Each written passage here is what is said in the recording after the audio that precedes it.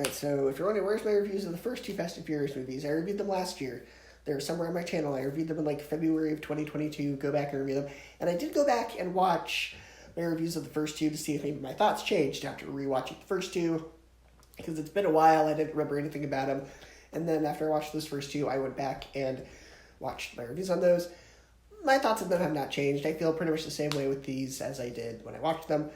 But this is the one I'm watching for the first time. So Tokyo Drift is my first time watching it.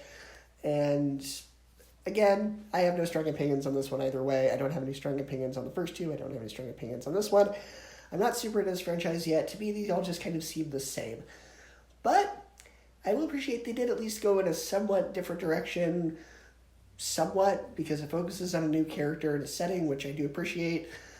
But unfortunately, just like the first two films, the writing and the acting aren't the best. I get it. This is not a franchise that's supposed to be like Oscar material. I get it.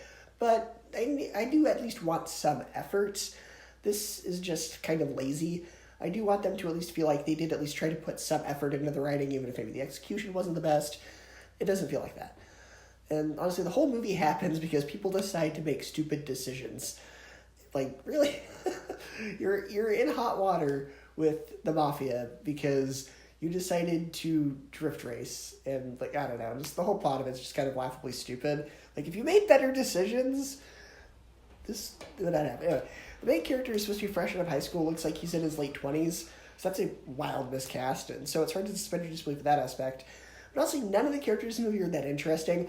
The first two movies, they weren't that great either, but at least Paul Walker was at least somewhat interesting. He at least had a little bit of screen presence. He at least had a little bit of charisma. The guy in this one does not. And even the villain in this one is just kind of okay. At least the villain in the second movie was someone you could root for because he was kind of like, or somebody you could root against because he was a little bit more of a James Bond villain.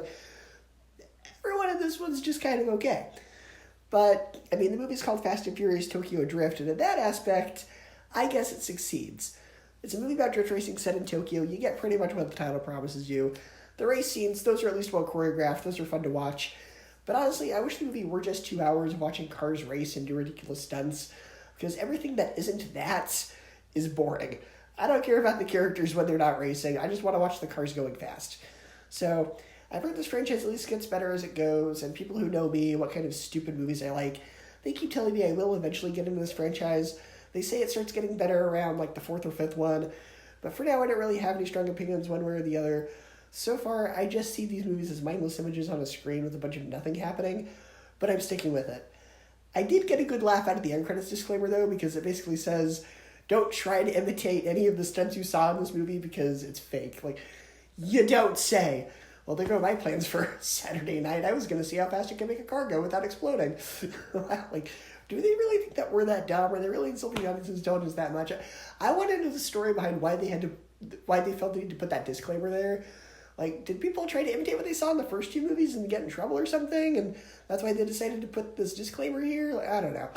I want to know why it's so funny. Anyway, Fast and Furious Tokyo Drift, I don't have any strong thoughts on it either way. Wasn't super into it apart from when the fast cars go vroom vroom. So I mean, it gets a C, a 7 out of 10, and a 3.5 out of 5 stars. There's not a lot of substance to it. There is a bit of style, but it was okay.